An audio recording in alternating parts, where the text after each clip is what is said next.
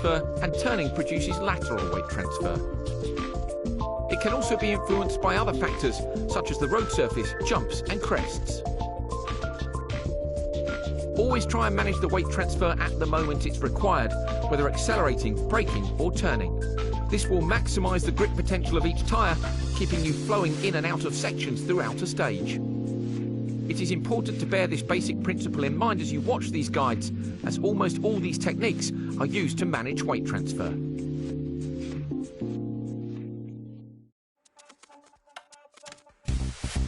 Like an aeroplane, rally cars move in 3 axes: roll, pitch, and yaw. Rally cars are known for performing big slides. Most of the time, these slides are induced by the driver to achieve as high a speed through a corner as possible without sliding off the road. In order to traverse a rally stage quickly and without crashing, you must manage the attitude of the car at all times.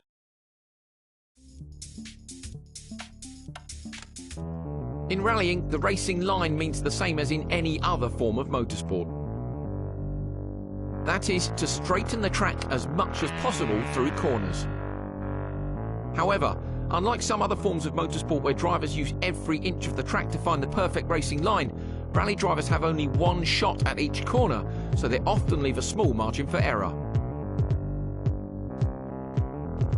As a rally stage undulates through forests or curves around mountains, it is not always possible to see the racing line. Accurate pace notes are vital so that you know where to place the car on the road even if the section ahead is not immediately visible. You should also listen out for obstacles such as gateposts or piles of logs that may cause you to take a slightly different line through a corner than you otherwise would. When you're out on stage, make sure you listen to your co-driver and position your car appropriately for the road ahead. Always try and allow a small margin for error.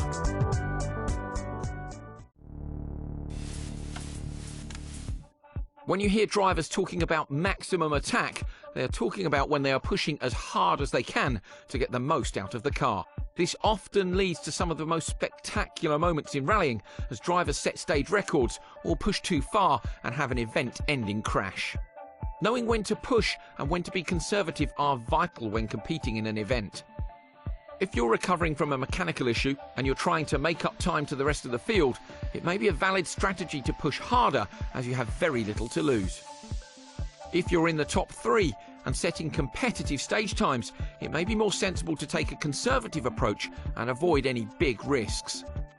In reality, drivers often take a measured approach, driving at 95% of their full potential so as not to make any big mistakes while still maintaining a competitive pace.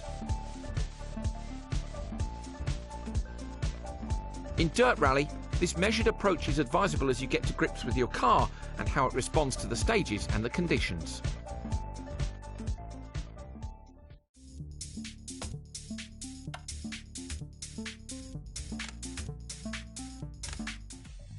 If the front wheels of a car lose traction with the road surface while attempting to steer, the car enters a state known as understeer. Understeer is always bad and never intentionally used in any rally driving technique.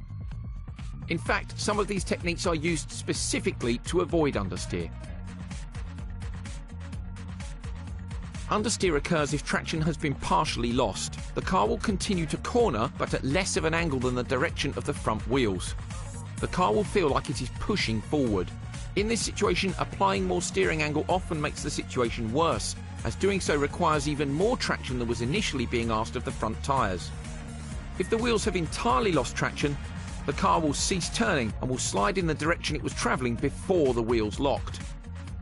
This is particularly common while steering under heavy braking, as the traction of the tyre is being used partly to slow the car down and partly to turn.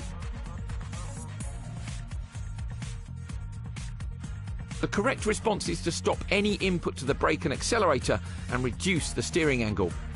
This allows the weight of the car to settle and traction to be regained.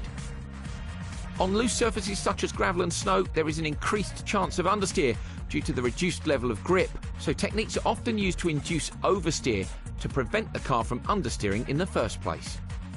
Front-wheel drive cars are particularly prone to understeer as all braking, accelerating and turning forces go through the front tyres.